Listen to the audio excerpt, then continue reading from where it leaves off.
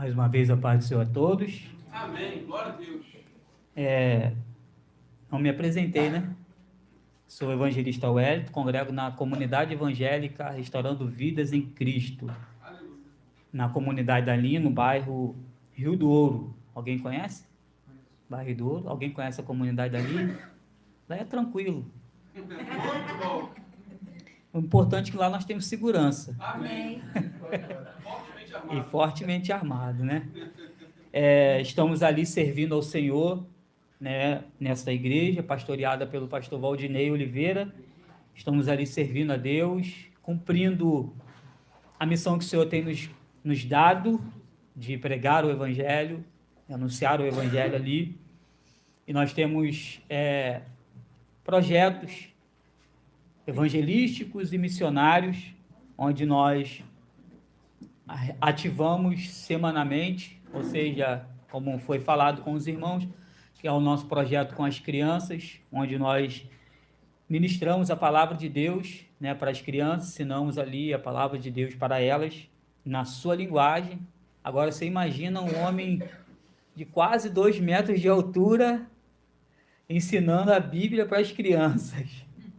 Um pedreiro, né, com uma linguagem bem robusta, mas o Senhor tem dado graça ao nosso pastor. Amém. E ele ali tem ensinado as crianças a pregar o Evangelho. No final do nosso momento de ensino, nós temos também um momento de confraternização, onde nós servimos ali uma alimentação, porque algumas crianças ali dormem sem se alimentar, têm dificuldades, pois os pais, né, têm vícios, e nós temos essa missão de não só pregar a palavra, mas também de alimentar, né, de apoiar as crianças e as famílias. Amém. A qual se aproximam da gente, nos dá a oportunidade de nós ajudar. Deus tem nos honrado por sua graça e bondade. É uma igreja que tem apenas 12 anos de vida, mas o Senhor tem sido conosco, né? O Senhor tem honrado a nossa vida. No momento da pandemia, nós servimos a alimentação durante todo o período da pandemia para toda a comunidade, tanto para crianças como adolescentes, adultos. Deus nos honrou ali. E temos o missionário Lucas, que está na comunidade ribeirinha, no Amazonas, comunidade Bom Jesus, e está ali servindo ao Senhor, e sexta-feira estará se formando a pastor, Amém. né, terminando o curso dele de bacharel em teologia e se formando em pastor, onde ele vai passar pelo concílio pastoral, né? É um concílio, como é pela Igreja Batista, ele vai passar por um concílio pastoral, e ali ele vai ser avaliado para se formar um pastor, né? Em agosto estará se casando, né? Em agosto estará se casando, e Deus tem sido conosco. Deus tem nos abençoado, tem nos honrado, Glória a Deus. tem feito grandes coisas. Nós estamos alegres por tudo que o Senhor tem feito. Amém. Em nossas vidas. E a proposta qual foi nos dada para essa noite é bem sucinta ao nosso coração, pois o nosso coração também arde pelo projeto missionário por missões, né? Como eu faço parte da organizações de missões na minha igreja, né? Sou coordenador de missões da igreja, e nessa unidade Deus nos apresentou o pastor, né, Sandro, e a sua esposa, e nos apresentou a Manuela, onde nós assim o Senhor tem nos dado graça para poder apoiar, né, ela com aquilo que Deus tem nos dado graça, né? Não só ela, mas também o Lucas. Ainda temos os nossos projetos com as crianças, que vocês olhem por nós, porque o nosso desejo é muito além. Nosso desejo é enviar outro missionário para o campo, e que vocês olhem pela nossa vida. Então, a proposta que foi nos dada para essa noite, falar sobre missões e a igreja perseguida. Esse tema, essa temática, eu falei que ela mexe muito comigo, mexe muito com a minha estrutura, pois quando eu deparo com essas coisas, ou com vídeos, relatos sobre a igreja perseguida, eu me deparo com uma igreja que é conhecida como a igreja subterrânea. Alguém sabe? Alguém já ouviu falar sobre a igreja subterrânea? É uma igreja que é situalizada em um lugar de perseguição, onde não se pode pregar o evangelho, onde não se pode andar com a Bíblia, não se pode professar a sua fé em Cristo.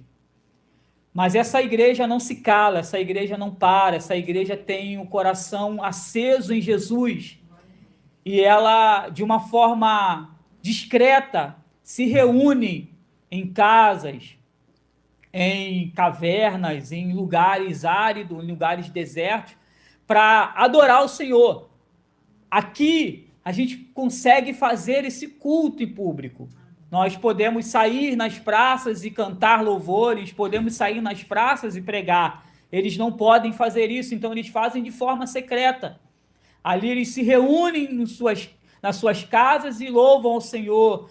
Se for pego por alguém, eles são levados presos, torturados e mortos.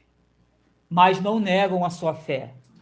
Amam ao Senhor Jesus de todo o seu coração. Amém. A fé dele não está baseada por vista, mas a fé dele está baseada no Senhor Jesus Cristo. Glória a Deus. Eles creem numa promessa maior. Eles creem em algo que vai além da realidade deles. E por isso eles amam ao Senhor Jesus e adoram ao Senhor Jesus de todo o seu coração. E ao ver essa temática, o meu coração se remete em lágrimas, né? O pastor me passou algumas coisas e eu falei, sabe qual é o meu sentimento quando eu me deparo com esse tipo de igreja, com esse tipo de crente, essa fé? Eu me sinto um crente fajuto. Eu me sinto um crente omisso, um crente que, na verdade, precisa amadurecer a sua fé, precisa se revertir do poder do Espírito Santo, para crer mais no Senhor, para acreditar mais no Senhor, para ter mais fé no Senhor e prosseguir avante. Baseado nisso, eu quero ministrar ao coração da amada igreja, dos irmãos, uma palavra que o Senhor tem otorgado ao meu coração dentro dessa temática. Abra sua Bíblia, você que trouxe, na carta aos Hebreus. E o pastor ele quase deu uma pincelada na mensagem. Mas Deus segurou ele. Eu quero ler com vocês a carta aos Hebreus, capítulo 11, a partir do verso 32. Nós vamos ler do verso 32 ao verso de número 40.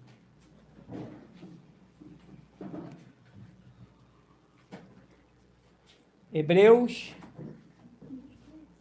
11, 32 ao 40. Todos acharam?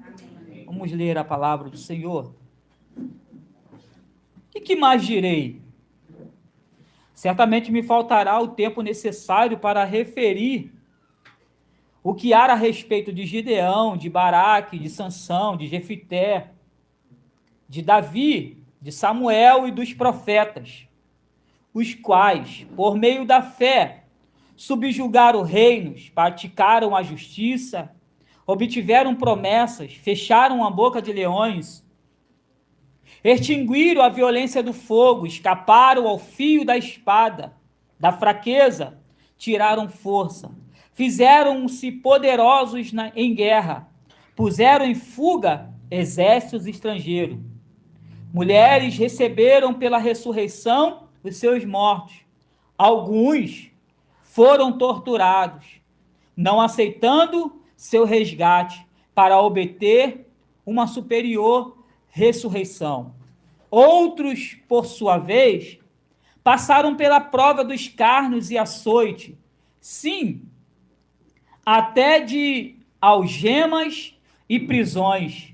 Foram apedrejados, provados, cerrados pelo meio, mortos a fios de espada, andaram peregrinos, vestidos de peles de ovelhas e de cabra, necessitados, aflitos e maltratados, homens dos quais o mundo não era digno, errantes pelos desertos, pelos montes, pelas covas, pelos altos da terra. Ora, todos estes que obtiveram bom testemunho por sua fé, não obtiveram conduta ou concretização da promessa, por haver Deus provido coisa superior ao nosso respeito, para que eles, sem nós, não fossem aperfeiçoados. Amém. Amém? Podeis tomar o seu assento. Fazemos uma breve oração. Pai, damos graças pela leitura da Tua palavra neste momento. Pedimos o auxílio Teu Espírito Santo para que possamos discernir, Senhor, a Tua palavra aos nossos corações nessa noite. E o Senhor possa, uma vez mais, nos usar da forma que o Senhor assim deseja usar, Pai. Nós nos colocamos nas Suas mãos e na dependência do Senhor, Pai, para que o Senhor possa nos usar. Amém. Fale ao coração do Teu povo, no nome de Jesus. Nós temos aqui a carta aos Hebreus. Eu não quero fazer uma ação ortodoxa do texto ou explicar por que a carta foi escrita, mas eu quero ser bem sucinto e direto pelo tema que está proposto a nós, que é sobre a igreja perseguida. Nós temos aqui alguns relatos que o escritor aos Hebreus deixou para nós como testemunhos de fé, ou, por que não dizer, exemplos de fé tirados do Antigo Testamento, e também exemplos de fé tirados do Novo Testamento. Nós temos aqui homens que vivenciaram grandes experiências na sua vida, homens que, alguns, enfrentaram situações adversas e escaparam dessas situações adversas ileso, como Sadraque, Mesaque e Abednego, como o escritor aos Hebreus nos narra. Esses homens vivenciaram um momento onde a sua fé foi colocada à prova, onde a sua fé em Deus foi colocada à prova. E eles, não negando a sua fé em Deus, negaram se prostrar diante da estátua de Nabucodonosor. E foi proposta para eles ser lançado numa fornalha de fogo, em que essa fornalha está aquecida 7 vezes mais, onde eles foram lançados, arremessados brutalmente por não negarem a sua fé, por não abandonarem a sua fé em Deus, mas por acreditarem piamente e adorarem somente ao Senhor. Por esse motivo, eles foram lançados na fornalha de fogo ardente. A Bíblia diz que eles foram lançados no livro de Daniel, porém o fogo não os queimou. E por isso o escritor aos Hebreus diz que esses homens foram levados e conseguiram resistir à violência do fogo. Ou seja, o fogo não os queimaram, o fogo não o consumiram. E a Bíblia vai dizer que isso é importante para a nossa vida, é que Deus poderia livrá-los da fornalha. Deus poderia fazer com que eles nem chegassem à fornalha. Mas Deus não faz isso. Deus permite que eles, a fé deles fosse provada, a ponto deles serem lançados na fornalha. Ou seja, a fé deles não livrou eles de serem lançados na fornalha, porém a fé deles os livraram dentro da fornalha. Amém. A fé desses homens fizeram com que eles fossem lançados dentro da fornalha, porém o fogo não os queimou. Exemplo de homens que vivenciaram esse tipo de situação e que no meio dessa situação a sua fé fez com que eles fossem resgatados da morte. Eles não provaram a sua morte mediante aquilo que eles estavam sendo provados, mediante aquilo que a sua fé estava sendo provada. Ou seja, não foram queimados, não morreram mediante aquilo que estava acontecendo. Como também nós aprendemos sobre Daniel, que foi lançado na cova de leões. Segundo a Bíblia, diz que ele foi lançado à cova, porém os leões não o devorou, não destruiu, não despedaçou, não acabou com a vida de Daniel. E essa prova de fé fez com que aqueles que tentaram provar a fé deles em Deus reconhecesse o Senhor que eles serviam. Você vai ver que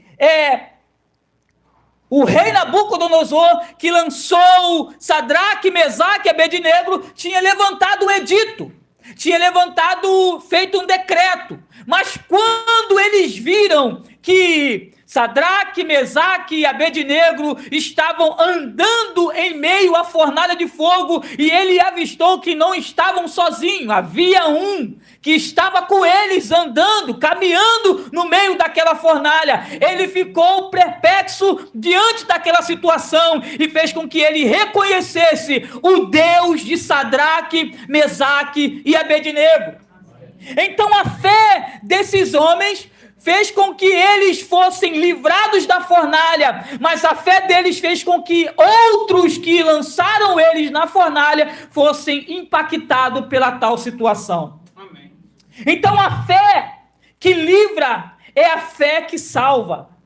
A fé que livra é a fé que faz com que aqueles que estão em volta reconhecem o Deus a qual eles servem. Faz com que o rei mude um decreto, faz com que um rei mude um edito. Agora era para se tocar um instrumento e se prostrar diante daquele Deus, mas agora, mediante aquela situação, todo decreto muda, todo decreto se volta para o Senhor. E o nome do Senhor é glorificado mediante a situação. O nome do Senhor é exaltado mediante a isso. Da mesma forma foi com Daniel, que foi lançado na cova de leões. Os leões não o devoraram. E o rei Dário, que tinha uma estima grande por Daniel, olha para essa situação e disse: olha, Daniel, o Deus a qual você serve te livrará dessa cova e dos leões. Porque esse rei Dário dá esse testemunho de Deus para Daniel. Olha como a fé é gerada até mesmo para um rei. Olha como há um reconhecimento de um rei mediante uma situação que ele olha o decreto, ele precisa obedecer o decreto, mas quando ele olha para Daniel, como que se fosse consolar a Daniel, como se fosse trazer algum consolo para Daniel, ele diz: olha, Daniel, o Deus a qual você serve te livrará desta cova e te livrará dos leões. Amém. Reconhecendo Deus na vida de Daniel. E é exatamente isso que acontece. Daniel, pela fé, como diz o escritor dos Hebreus, ele é livrado da fúria dos leões.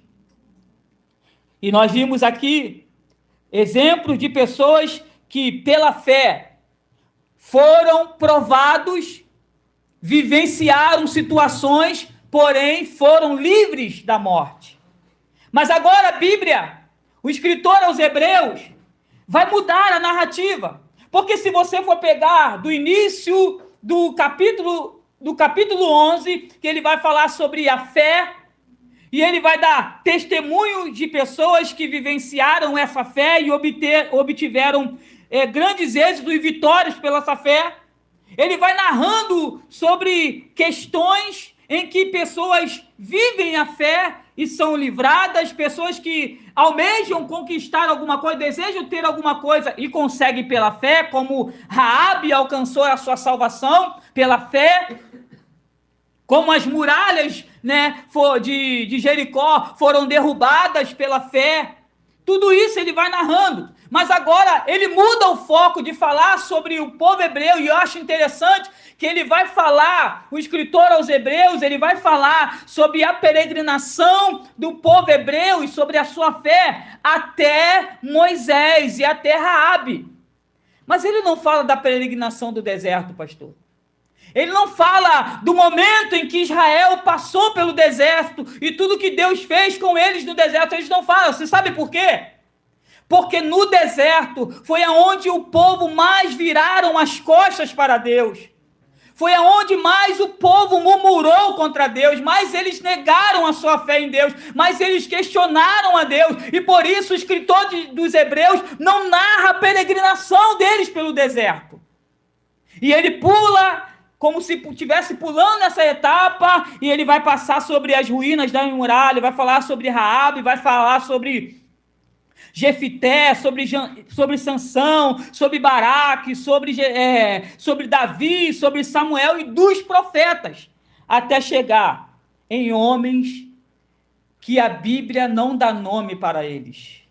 Que o escritor dos Hebreus, eu acho isso fascinante, fantástico, porque o escritor aos Hebreus poderiam narrar o nome dessas pessoas aqui, mas o escritor aos Hebreus não narra o nome, mas narra o acontecimento. Amém. O escritor não narra o personagem, mas narra o que aconteceu com o personagem. Bíblico aqui dizendo. Então ele vai dizer no verso de número 36. Verso de número 36. Outros, por sua vez, passaram pela prova de escárnios e açoite.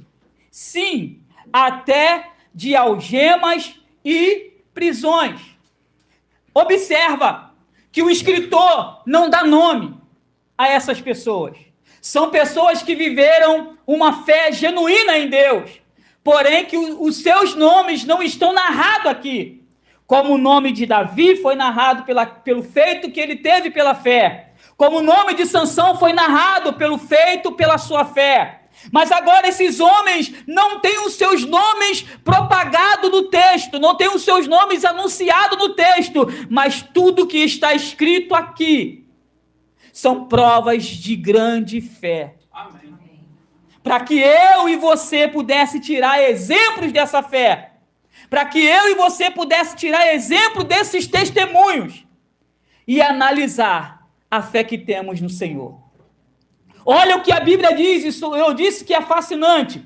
Outros, por sua vez, passaram pela prova de escárnios e açoite. Sim, até de algemas e prisões. Homens que sofreram escárnios. A fé deles foi debochada a público. Foram massacrados. Homens que sofreram açoites em praça pública. Homens que levaram algemas nas suas mãos e foram lançados, encerrados nas prisões. Mas que o escritor não dá nomes para eles. O escritor não diz quem são eles. Mas a Bíblia diz quem são eles. E nós sabemos quem são eles. Pedro, Paulo, homens que pela sua fé enfrentaram açoites. Homens que pela sua fé enfrentaram prisões. Como o pastor falou, nosso querido apóstolo Pedro sofreu a sua primeira prisão. Quando ele acaba de pregar, quando ele acaba de anunciar o evangelho e que quase 3.000 almas se convertem, após ele dar testemunho perante o sinédrio, ele vai parar na prisão. E Deus, de uma forma poderosa, não livra ele da prisão. Não livra ele de passar pela prisão, mas livra ele na prisão. Glória a Deus. Para que ele pudesse dar continuidade ao Evangelho, para que ele pudesse dar prosseguimento ao Evangelho, Deus o resgata, o livra da prisão de uma forma espetacular, como você sabe. O anjo vai lá e liberta ele, as suas cadeias caem, ele segue. E quando ele chega até a casa e ele bate na porta, nem os que estavam orando acreditam que ele estava ali. Nem os irmãos que estavam orando para que ele fosse livre da prisão acreditavam que de uma forma poderosa ele poderia ser livre da prisão. Mas ele foi livre da prisão. Vamos lá. Verso de número 37. Foram apedrejados, provados,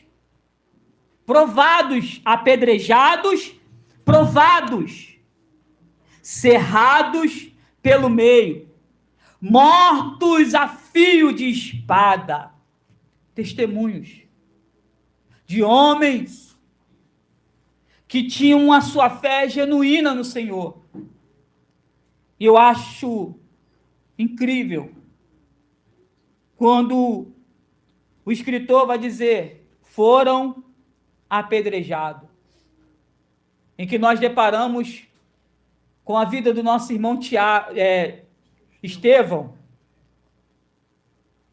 que de uma forma brutal é apedrejado. E os seus olhos estão em Cristo. Amém. Os seus olhos estão no Senhor. E que olha para aquele que estão apedrejando. E olha para o céu e diz, Pai, perdoa. Eles não sabem o que estão fazendo. Que fé é essa, queridos? Que em meio ao escárnio, que em meio a um apedrejamento, um momento de sofrimento, onde era para, numa situação, olhar para aquele que está te ofendendo, odiá-los. Mas uma fé que o leva a amar os seus opressores.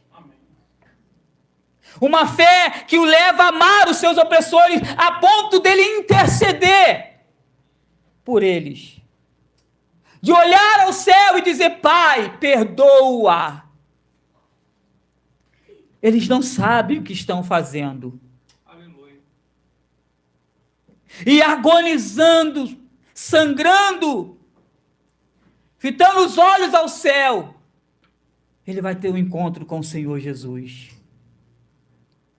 Vai alcançar a sua ressurreição.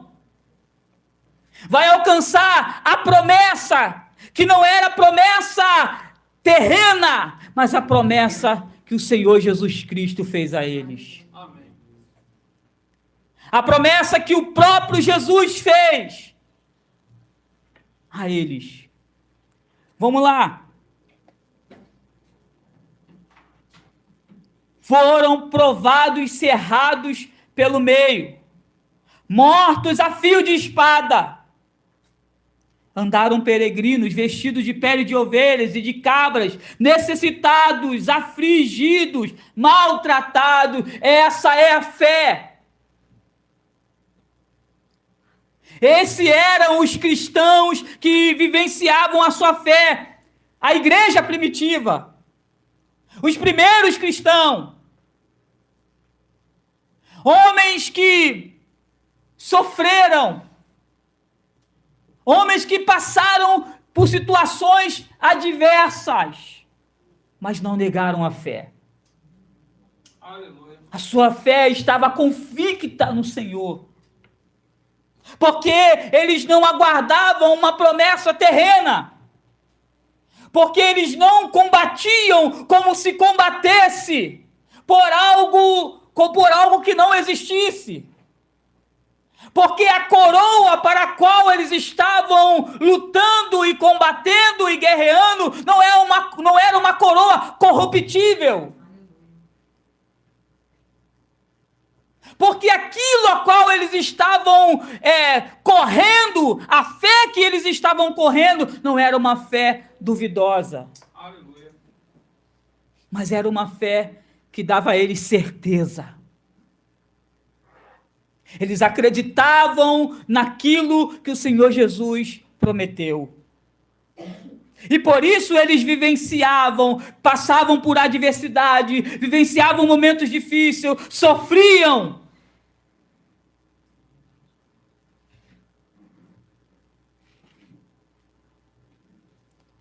Suas roupas, as suas vestes, pele de ovelha e de cabra. Aí o escritor deixa algo que me fascina. Homens dos quais o mundo não era digno.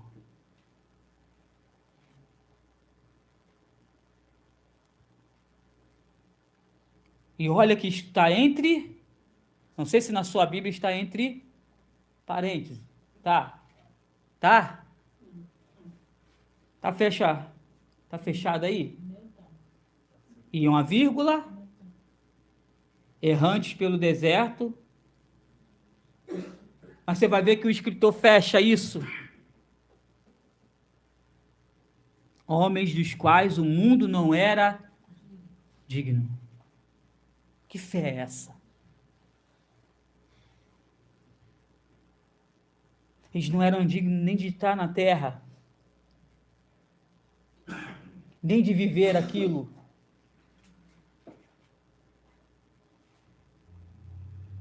Agora, eu preciso aplicar isso para nossas vidas. Eu preciso aplicar isso ao meu e ao teu coração. Nós falamos de homens que agora estão na eternidade com Deus, com o Pai. Homens que estão na glória. Homens que já não estão entre nós. E que o escritor aos Hebreus deixa isso narrado para que isso sirva de testemunho de fé. Para que isso seja um exemplo, como se fosse uma motivação para você continuar na sua caminhada e na sua fé cristã. Então, se você, querido, disser que está passando por um momento difícil, se você disser que está passando por tribulação, por provação, por perseguição, por luta, eu convido a você a ler esse texto. Todas as vezes que a sua provação te causar uma situação em que você venha desfalecer, em que você venha desanimar, em que você venha desacreditar da fé no Senhor Jesus e tenta retroceder para trás, retroceder do caminho, leia o escritor aos Hebreus. E tenta analisar o teu sofrimento. O que você está vivenciando com o que esses homens vivenciaram? Nós estamos vivendo um tempo em que as pessoas estão se apostatando da fé. E estão se apostatando da fé por mínimas coisas. Estão se apostatando da fé por questões simples da fé cristã ou da vida cristã. Existem pessoas que estão naufragando em um evangelho em que é pregado, em que é ensinado para eles que ser cristão não é sofrer. Que Deus tem para você o melhor da terra. Esse tipo de pregação não são pregada. Não gera ibope. Não gera like. Não tem curtida. Essas pregações que massageia o ego das pessoas e que, ao invés de tornar-nos cristãos constantes, cristãos verdadeiros, nos fazem cristãos com costumes. Cristãos que por qualquer coisa quer abandonar a fé, quer abandonar a Cristo. Queridos, nós estamos numa realidade. Hoje você está sentado nessa cadeira. Hoje nós estamos ouvindo a mensagem do Evangelho sendo pregada ao nosso coração. Existem pessoas que queriam estar fazendo isso que você está fazendo agora. Existem irmãos nossos que queriam a oportunidade de sentar em uma igreja, de sentar em um culto e propagar a sua fé para o seu amigo de trabalho, propagar a sua fé para o seu amigo da escola, mas eles não podem.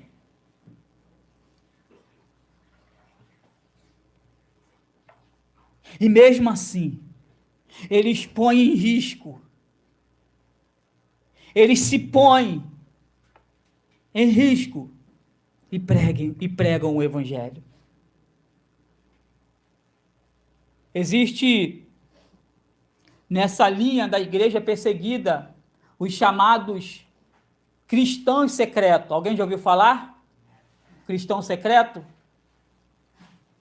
Eles têm a estratégia de, assim como os muçulmanos se infiltram, eles se infiltram com a oportunidade, com a ideia de ganhar as pessoas para Cristo.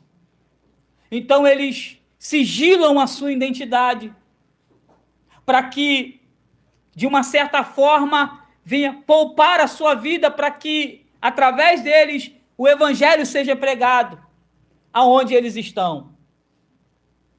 E de uma forma secreta, eles se aproximam de um muçulmano e ali eles pregam para o muçulmano. Se aquele muçulmano denunciá-lo, ele é morto, ele é açoitado,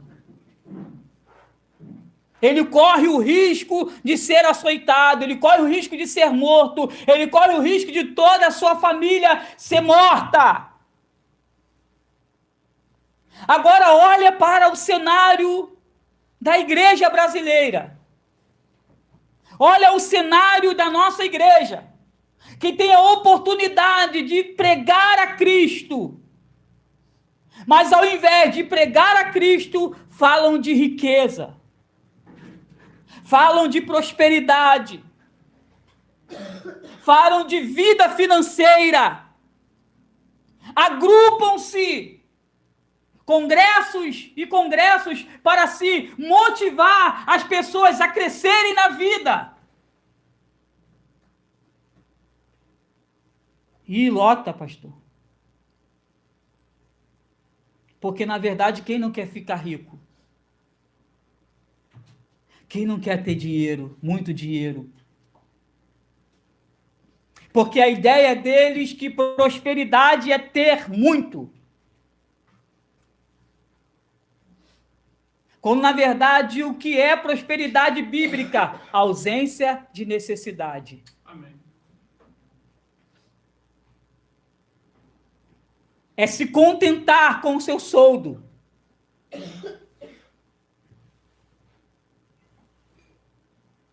Isso é prosperidade bíblica. Mas eles não querem ensinar. Eles não querem falar do evangelho baseado no sofrimento, na luta, na perseguição. Isso está moldando uma igreja. Isto está fazendo criar uma igreja que ela não está enxergando a eternidade. Mas uma igreja que a cada dia está presa a esse mundo. Está sustentada a esse mundo e que se qualquer coisa ao contrário acontecer, ele naufraga na fé. O Senhor Jesus disse, nas bem-aventuranças, Ele já deixou relatado. Bem-aventurado é vocês que são perseguidos por causa da justiça. Amém. Bem-aventurados sois vós, porque de vocês é o reino de Deus. O evangelho, querido, não é esse mel, essa roda gigante em que se canta e se prega que você vai estar lá em cima. O evangelho é sofrimento. A história da igreja demonstra isso para nós. A história do cristianismo demonstra isso para nós, mas nós apagamos a história do cristianismo. Se você for pregar, sentar na igreja e começar a falar sobre a história da igreja, os alunos não vão para a escola bíblica. Os alunos não sentam para ouvir isso porque é chato. É o mesmo que quando a professora de história começava a contar história e a gente dormia na carteira ou na cadeira. Mas você vai perguntar para um crente, como que o evangelho chegou até o Brasil? Ele não vai saber te responder. Por que que você vem ao culto? Ele não sabe te responder. Por que você aceitou a Cristo como teu Salvador? Ele não sabe responder. Por que você desceu as águas batismais? Não sabe responder. Sabe por quê? Sabe por quê? Porque falta ensino. Porque o que ensina não é o verdadeiro evangelho. O que enche não é a escola bíblica. O que enche é o culto dos milagres. O que bomba é o culto da prosperidade, é o culto de libertação. Esse bomba. Esse enche. Aí nós criamos uma igreja, criamos crentes imaturos. Crentes fracos. Meninos na fé. Que por qualquer vento de doutrina abandona a fé cristã. Ou o argumento que você tem para isso, aonde você quer chegar nesse assunto? Eu quero chegar na seguinte coisa: até onde vai a sua fé? Ou no que está baseado a sua fé? Em que evangelho você está sustentado? Em que evangelho você está firmado? Em que evangelho foi edificado a sua fé cristã? Eu acredito que aqui essa igreja é uma igreja bíblica. Por isso que eu me apaixonei por ela. Por isso que eu amo o pastor da igreja. O irmão Carlos trabalha comigo e a gente conversa. Praticamente a mesma visão.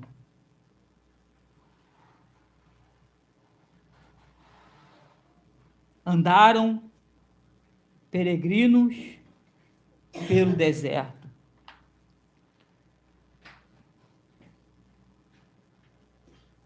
Jesus disse para os discípulos: vocês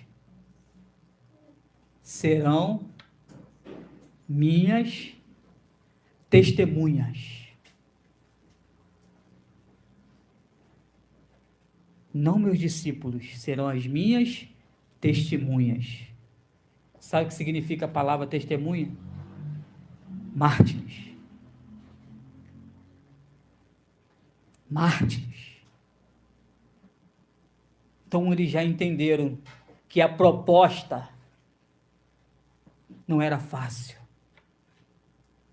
Que a proposta não era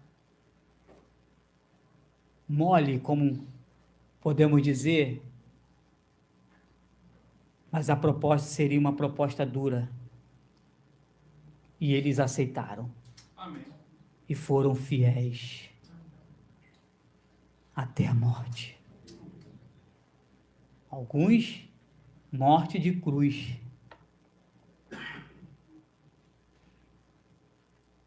O questionamento que fica na sua mente e na minha é: até onde vai a sua fé? No que a sua fé está firmada? No que a sua fé está firmada? Que você possa, nesta noite, mediante ao que está sendo pregado ao teu coração neste lugar, se não há um compromisso verdadeiro com Cristo na sua vida, você possa ter um compromisso verdadeiro com Ele. Você possa ter uma vida de entrega a Ele. Que você não viva para você, mas que você viva para Ele. Como o apóstolo Paulo disse: agora não vivo mais eu, mas Cristo vive em mim.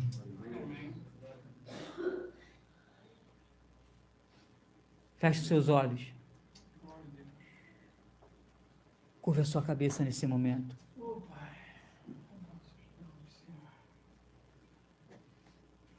Homens dos quais o mundo não era digno. Como que olham para nós, ao testemunho que dão de nós, como igreja. Senhor, nós oramos a Ti nessa noite, Pai, para que o Senhor nos dê força, para que o Senhor nos encha do Teu Espírito Santo, para que a gente possa ser verdadeiras testemunhas do Senhor, assim como os nossos irmãos nos países onde há perseguição vivem o Evangelho, respiram o Senhor, vivem pelo Senhor, Pai, não importando o dia de amanhã, mas olhando para o autor e consumador da sua fé. Amém. Abençoe o teu povo, Pai. Abençoe a tua igreja. Fortaleça-nos, fortifica-nos, Senhor. Amém. No nome do Senhor Jesus. Amém.